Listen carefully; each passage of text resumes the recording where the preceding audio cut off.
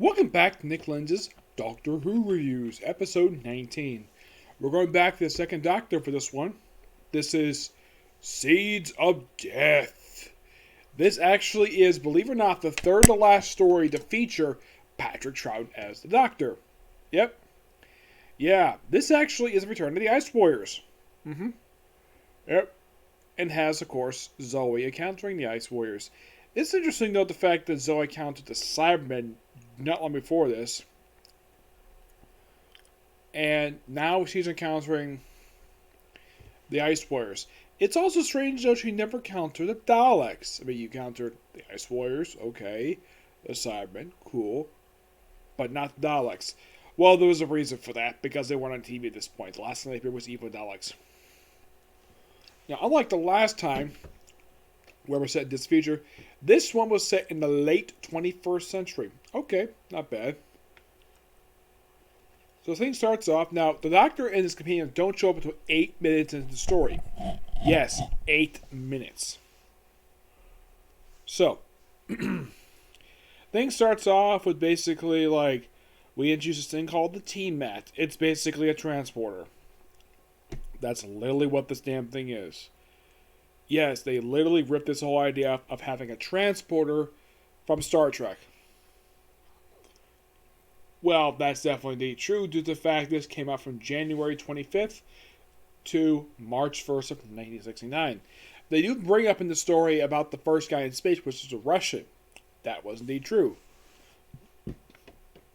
T-Mat is something that we explain as a transport from most transports people or objects all over the world, and the relay station is the moon. And the Ice Warriors show up. Now, I love the fact that this one, they keep them very well hidden. Like, anyone can tell by the voice, by the leader of the Ice Warriors, it's clearly the Ice Warriors. But they don't show them until the end of episode 1, which is a great direction on the part of the director of this episode. Yeah, you can show like a little bit of it, hear the voice, but get full appearance by these guys, save for the end of the episode. Yep. What I thought was quite interesting, though, like, apparently the assistant controller, there's been some delays with his, shipments for Earth by about 5 minutes. The actual reason for this delay is never explained because that's immediately dropped because the Ice Warriors have showed up. Yep. Where they killed the lead controller after he sabotages the video control, and of course the T-Mat, and of course the assistant controller tries to fix it. Now, of course, 8 minutes, and we had Doctor show up. And, of course, they've landed someplace. Like, oh, they landed in space? Not really. Look over, like, there's a rocket. And look over to the right, it's an astronaut. Well, it's a spacesuit. It's supposedly, I don't think this is the actual case, because otherwise they must have recreated the actual spacesuits of the first man in space. Or with Russian. So it turns out this is a museum. Like, a mini Smithsonian. Not bad. There's a model rocket in there. There's an astronaut suit. Bunch of stuff there. And the place is owned by a professor who is a bit of a recluse. He says, and of course he explains later on, the reason why he closed the museum is because people were laughing. Apparently because no one is interested in space travel. Which, that's quite strange, given how later on in Doctor Who, anytime that the humans show the future, they're always in frickin' space. Of course, that would also contradict Planet of the Daleks, because that's a colonized planet. Colonized human planet, mind you. Yeah, it's kind of weird. Though by the end of the story, they do in fact establish that, oh yeah, we need to take a forward transportation via the rockets. We place their spaceships later on. So, this particular one brings back the Ice Warriors showed in the original Ice Warriors story, but also the Ice Marshals. Well, basically, generals, basically gives with capes. Unlike the first one was seen back in the original story, this one basically is a slim version, and he's clearly a marshal. That's basically what these people are. So they take over Moonbase. And pretty quickly, too, and they say, oh yeah, there's some technicians up there. We see maybe 4 people. 4 or 5 people in this whole entire base. And allegedly they killed a lot of the technicians already, which, I'm like, okay. Alright. Oh, by the way, they have a weather control station. Yes, a weather control station. I think Star Trek must have ripped this off from Doctor Who, because they actually have one of these in Star Trek. I believe in Deep Space Nine, if I'm not mistaken, but they never actually show the plays. They mentioned it was a one control station, but actually having one in the show, apparently they never have budget to show one. Here they do. Yeah, apparently there's one guy there, which you would think that with a weather control station that you would have more than like 2 or 3, more than like one person. You have like a dozen people there. Nope, one person. Whatever. The whole thing with C is that basically they're shown now how they get the Doctor. Now, the Doctor goes to the moon in this one, and he goes to a moon base, and like, I'm thinking though, like, why in the world doesn't he call back? Hey, I've been to moon base before, and it was crawling with Cybermen. This one, no, not the case.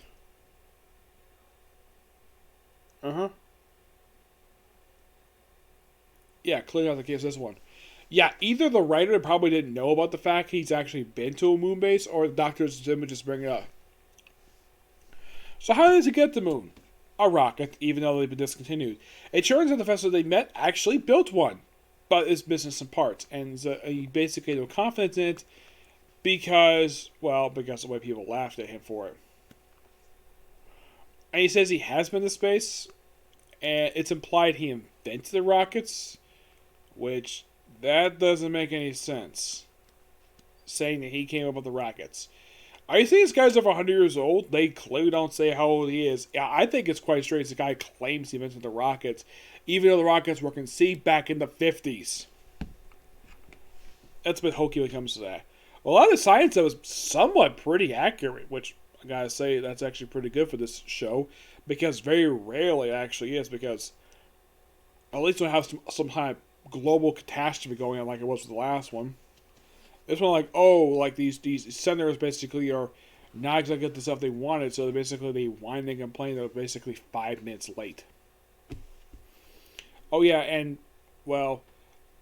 stuff basically slowing down, but they had to do like a relay station on Earth to have on the moon. Okay, then what based on the moon? Eventually, one of the guys do get away, and they build their own trap in the solar room. Yes, the solar room, which is quite interesting. Yes. Now, they do get the Doctor, Zoe, and Joey to the moon. But the thing is, they apparently don't put them in spacesuits for some reason. I thought that was kind of dumb. You would think, showing a spaceship in the show, they would put these 3 in spacesuits. Nope. Oh, and by the way, the interior of this particular capsule for this rocket is not exactly very accurate. Why would I say that? Because I have seen the interior of an actual capsule for a it's, I don't know if it's completely accurate per se, but it's like a swivel chair, and the fact that, they apparently didn't give him a spacesuit. The Doctor does put a spacesuit later on in a later story, and the third Doctor's there, and one of my least favorite stories of the show, but at least he put a freaking spacesuit. Eventually, I think about G-forces, which that part is true. And eventually, after many checks, they lift off. And not from Mission Control. I would think that Doctor Who would remember, though, that there is Mission Control, and the British don't have their own space program. Not that I can think of, no. Mostly it's the US and Russia have got their own space program. Not the UK. Usually, if they want to send their own astronauts, they have to basically go to the US, basically, send them up. So, they go up there, and of course, the whole thing of funding, whatever, okay, fine. And they get up there, and of course, they can briefly get cut off because of the signal. And they get lost, but they contact with technicians, but not the main control room itself, because that's under control of the Ice Warriors. So eventually they land, and we don't see, and apparently press the button, apparently, oh yeah, here's a sliding door. I'm not surprised they have one of those, but here's kind of the thing. I would think they would show the interior of this particular rocket, but it probably was too expensive to show that. One thing I thought was a weird camera trick if they lift up, let's show those little snapshots of, the various control things for this capsule. Instead of, having the actual actors, just flip these little switches. Instead, we have pictures. And also, this is a little zoom thing.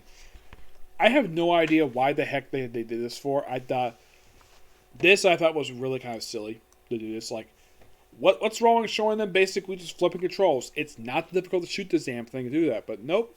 They decided to do it that way for some reason. I don't know why, but they do.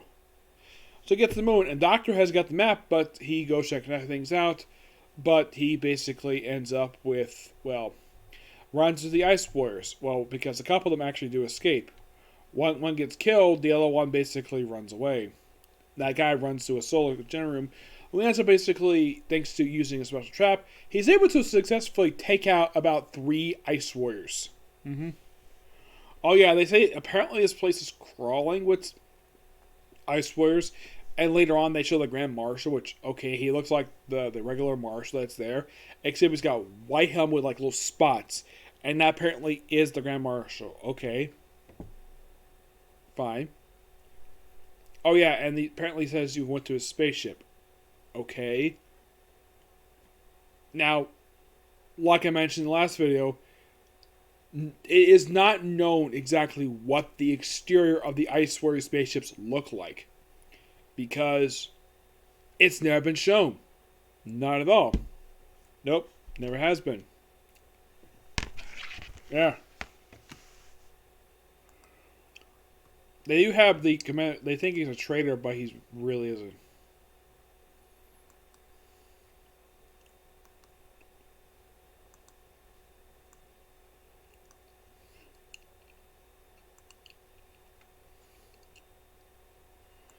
Yeah, but he really isn't the traitor, so.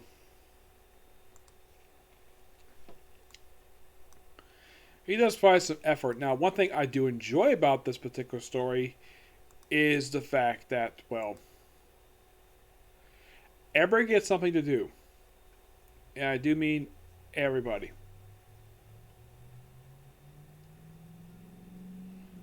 There's one woman named Miss Kelly.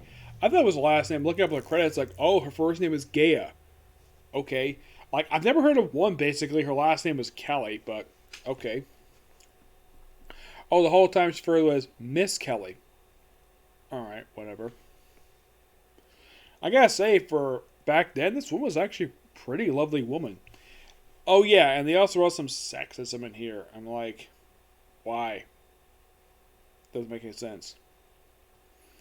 Oh yeah, there's also uncredited rewrite by Terrence Dix, who basically co-wrote these episodes with Brian Halis, who created the Ice Warriors. Which these guys are a lot more interesting than the ones who appeared in the original Ice Warrior story. Mm-hmm. This one feels like a grand epic scale type of story, and I do love it for that.